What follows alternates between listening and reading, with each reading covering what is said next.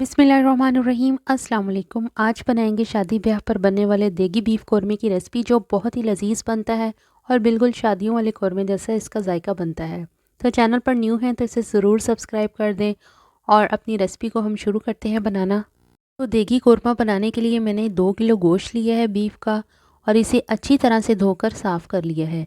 अब एक pressure cooker लेंगे और इसमें 2 कप कुकिंग ऑयल ऐड करेंगे और 800 ग्राम कटा हुआ प्याज इसमें ऐड करेंगे। और यहाँ पे प्याज को हम फ्राई करेंगे। प्याज जब हल्का सा लाइट ब्राउन होना शुरू होने लगे तो इसमें गोश्त ऐड कर देंगे, और गोश्त डालने के बाद गोश्त को हम यहाँ पे फ्लेम हाई करेंगे और इसे 10 मिनट के लिए चम्मच चलाते हुए फ्राई करेंगे। तो यहाँ पे हमने गोश्त को जो है वो गोल्डन ब्राउन करना है, ताकि इसकी जो स्मेल वगैरह है वो रिमूव हो जाए और बहुत अच्छी सी गोश्त में जो है खुशबू वो आने लग जाती है। तो मुझे 10 मिनट हो गए हैं गोश्त को फ्राई करते हुए, और इसका बहुत खूबसूरत सा गोल्डन सा कलर आ गया है।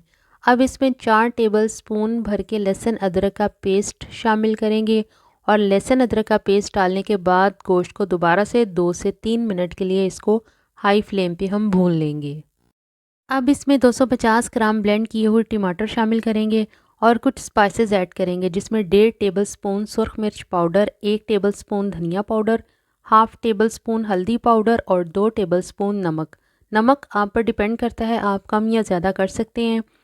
अब यहाँ पे फ्लेम को स्लो करेंगे और हम कौरमे का मसाला जो है वो बनाएंगे, जिसमें मैंने लिए हैं 5 टुकड़े दारचीनी के छोटे साइज़ के, आप एक बड़ा भी ले सकते हैं। हाफ़ टेबल स्पून साबुत काली मिर्च, 1 टीस्पून के बराबर लौंग, 2 अदद बड़ी इलायची, 2 जायवत्री के टुकड़े, आधा नट जायफल का, 3 सब्ज़ इलायची और 1 टेबल स्पून इसमें ज़ीरा शामिल करेंगे। अब इन सारे मसालों को अच्छे से पीस कर एक फ़ाइन सा पाउडर बना लेंगे। देगी कौरमे का ये मसाला बिल्कुल तैयार है। इसे गोश्त में शामिल करेंगे और गोश्त को 1 से 2 मिनट के लिए हम इस मसाले के साथ भून लेंगे, ताकि जो मसाले की खुशबू है वो गोश्त में बहुत ज़बरदस्त सी अब्ज़ॉर्ब हो जाए। अब यहाँ पे हम दही शामिल करेंगे। दही मैंने यहाँ पे 500 ग्राम लिया है, और दही को यहाँ पे अच्छे से फेंट कर गोश्त में ऐड करेंगे। अब यहाँ पे हाई फ्लेम पर दही का पानी खुश्क होने तक गोश्त को भूनेंगे। तो गोश्त की भुनाई यहाँ पे हमने आलमोस्ट कंप्लीट कर ली है, और मुझे 10 मिनट हो गए हैं इसको गोश्त को भूनते हुए।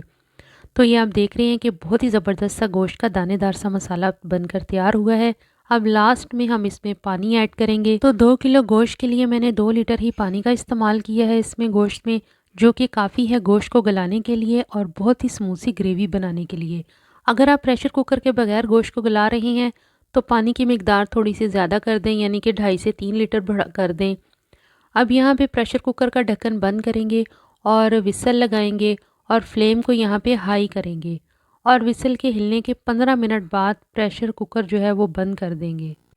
बस ये जो 15 मिनट गोश्त को गलाने के लिए काफ़ी हैं, और यहाँ पे गोश्त जो है वो बहुत अच्छे से गल गया है। और प्रेशर कुकर की भाप निकलने के बाद इसको चेक कर लेते हैं, तो हमारा देगी कौरमा बहुत ही ज़बरदस्त बन के तैयार हुआ है और बहुत अच्छी इससे खुशबू आ रही है।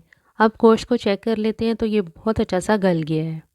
तो इसे अब हम प्लेट में निकालेंगे। तो आप इसे नान के साथ खाएं, तंदूरी रोटी के साथ खाएं, तो ये बहुत ही मज़े का लगेगा। बहुत ही ज़बरदस्त सी रेसिपी आज मैंने आपके साथ शेयर की है, और बिल्कुल इसका टेस्ट वैसा ही बनाया है जिससे हमारा अमूमी तौर पर हम शादियों पर इसका टेस्ट एंजॉय करते हैं।